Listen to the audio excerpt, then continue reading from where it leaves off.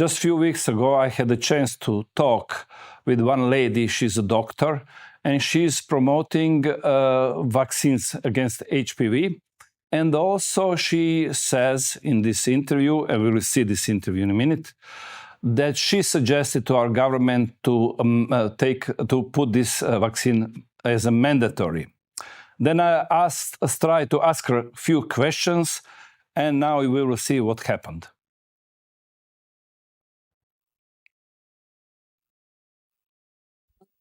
Možete se samo predstaviti za moje gledatelje. Doktorica Neda Ferenčić Vrban, glavna tajnica Hrvatske lige protiv cancer.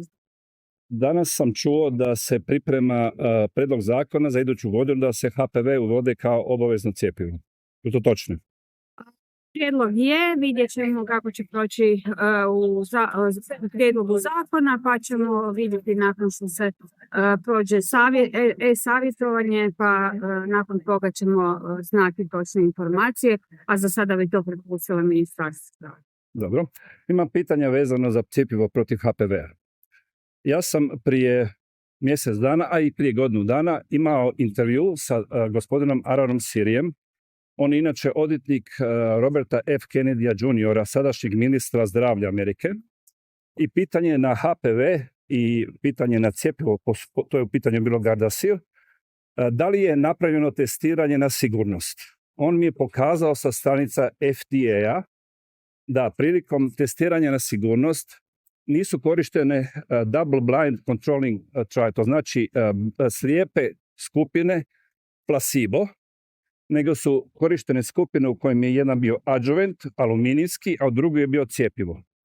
I na tim rezultatima pokazano je da je to 2,3% žena u dobi od 9 do 30 godina je imalo autoimune bolesti u roku 6 mjeseci. Da li znate nešto o tome?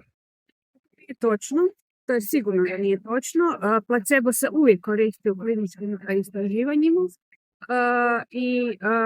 To je cjepivo koje je podijeljeno u svijetu 948 milijuna doza i nije prijavljena niti jedna nuspojava, pogotovo ne autoimunih bolesti.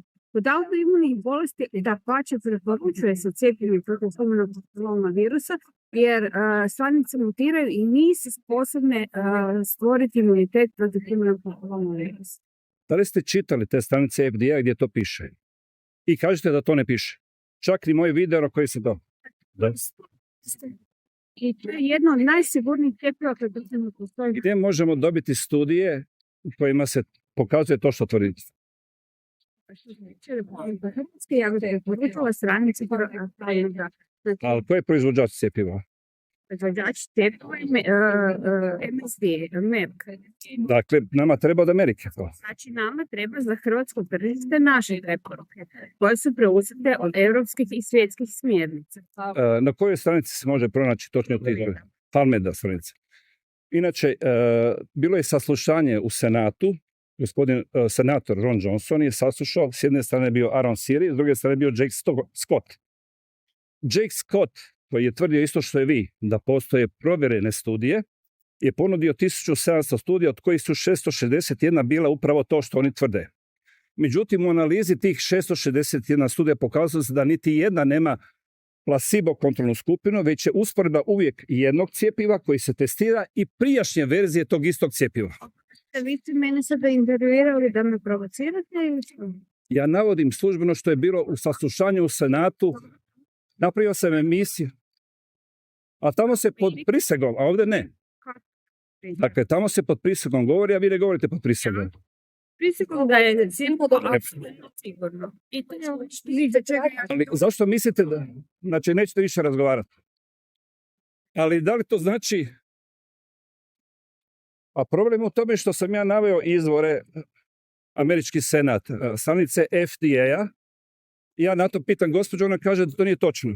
Ja kažem, imate li podatke koje pokazuju da nije točno? Oni kažu da imam. Ja kažem da se o tim podacima razgovaralo na saslušanju kod senatora Rona Johnsona, u kome je Jack Scott ponudio te podatke, ali Aaron Siri je pokazao da nijedan od tih podataka nije ono što on tvrdi. I gospođa je samo napustila razgovor. ste možda malo preagresivni. Ne, nego ja postavljam pitanja, a gospođa kaže, nije točno što piše na FDA stranicama. Pa sad ja pitala sam zašto ona može reći da nije točno, a pritom ne ponuditi dokaz za to. Zajedno probamo po boljelima i raditi na prevenciji. To je PR, ali dokazi na sudu su nešto drugo. A ja sam se bavio upravo, obratio se jesam, Aaron Siri, dakle odvjetnik. Ja se ispričavam. Da, i opet prekid razgovora. Dakle, kad god dođemo do dokaza, prekid razgovora. Evo, tako da.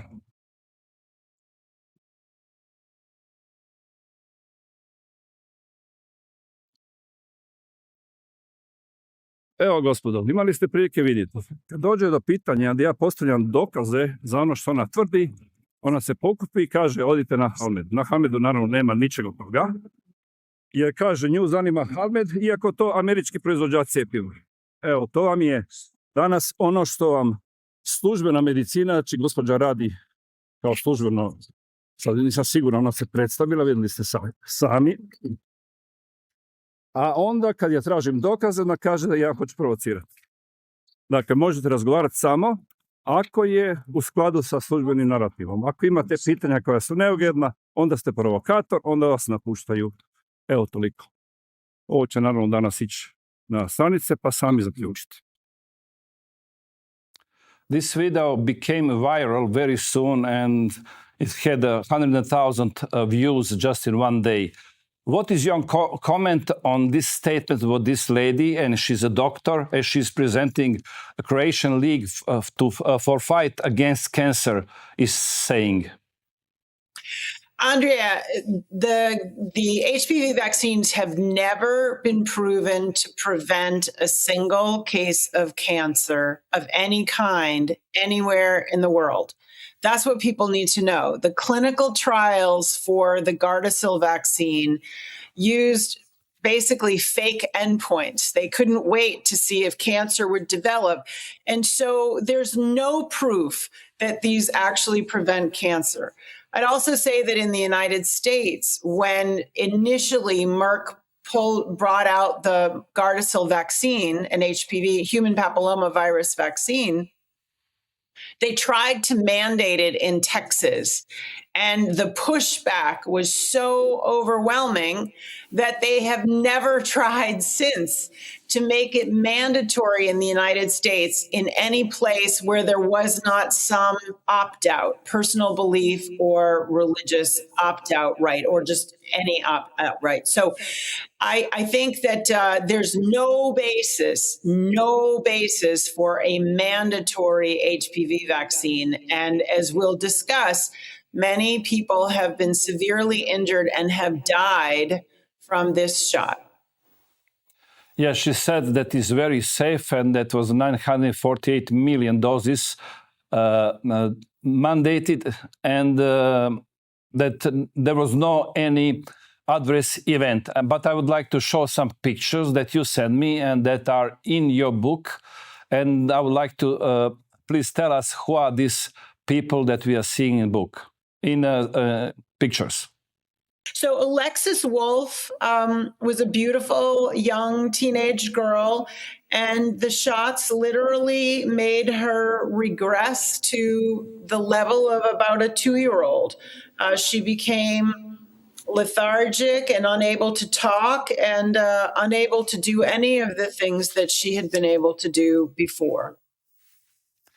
Let's see next picture. So the next picture is of Chris Tarcell, who died after the third Gardasil dose. She was a lovely young woman in college. She had her future ahead of her.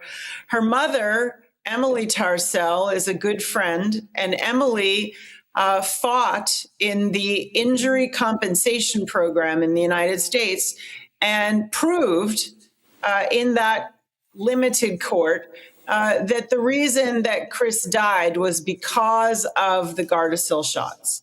She died of a heart attack. Okay, next picture. So the next pictures, there's 4 actually, of a remarkable young man Colton Barrett. His mom, whom I met, was told that this would protect his future wife from cancer. Very, very religious, devout family. And they thought, sure, of course, I assume the doctor's telling me the truth. Colton basically became paralyzed, and then he could no longer activate his own lungs. And so he was put on basically like an iron lung that he carried around with him. So Colton had this machine that he had to carry wherever he went. His family had to take care of him all the time. He was a teenager. And so on a very rare occasion when his family was gone, he felt like he was a burden on his family, and he removed the breathing tube and he died. He committed suicide. He committed suicide because the burden he felt that it placed on his family was too great. Horrible. Next picture, please. Next one is another young woman, Maddie Mori, and she suffered from the injuries of HPV vaccine. She developed this sound in her head that she could not get to go away. And she also took her own life at 21. She couldn't stand the pain. She also committed suicide. She also committed suicide. And again, these are families that know these children. They would never have committed suicide but for their severe injuries. Please, the next picture. So the next picture is of Joel Gomez, an adorable child and young man. And he died of a heart attack after his second Gardasil shot. And Andrea, as we know from the COVID shots that caused heart attacks, myocarditis, pericarditis in young men, it's largely the same phenomenon. It's this extreme jolt to the immune system. And Joel died immediately after his second dose in his sleep. Yeah, the end, there's just photos, Andrea, at the end of the protests around the world in Ireland, in Colombia. Last picture, please. Last picture, okay? Yeah, we see this. This is protesting, you said, in Colombia. Colombia is the bottom, Ireland is the top. The injuries have been so severe around the world that people have had protests about them. Well, Mary, can you tell us how we know that these deaths and this tragic situation are from HPV vaccine? Andrea, you know, people are intelligent, and when your child is perfectly healthy and then they develop some kind of weird, debilitating symptoms, rashes, ear infections, flu-like symptoms, or tics or paralysis, and then they get another shot and the child is paralyzed or dies, there's not much question that but for those shots, they wouldn't be in that situation. But there's also biological mechanisms that are understood, including there's two main huge problems with the HPV shots. There are many, but one is that they use a novel aluminum adjuvant called AAHS. It's got aluminum in it. Aluminum is a poison. Aluminum is used in shots to wake up your immune system and to make it react against the antigen. So Gardasil had 4 strains of human papilloma viruses, virus-like particles. They're fake particles. They're genetically modified. Gardasil 9 has 9 particles. But in addition to those particles, which in and of themselves might make people react adversely, there's also proven DNA contamination in these shots. Again, much like in the COVID shots, there's proven DNA contamination. That is very serious. It was not accepted by the FDA. It's not what they said would be in there. And there are all kinds of injuries that have occurred because of the HPV vaccines.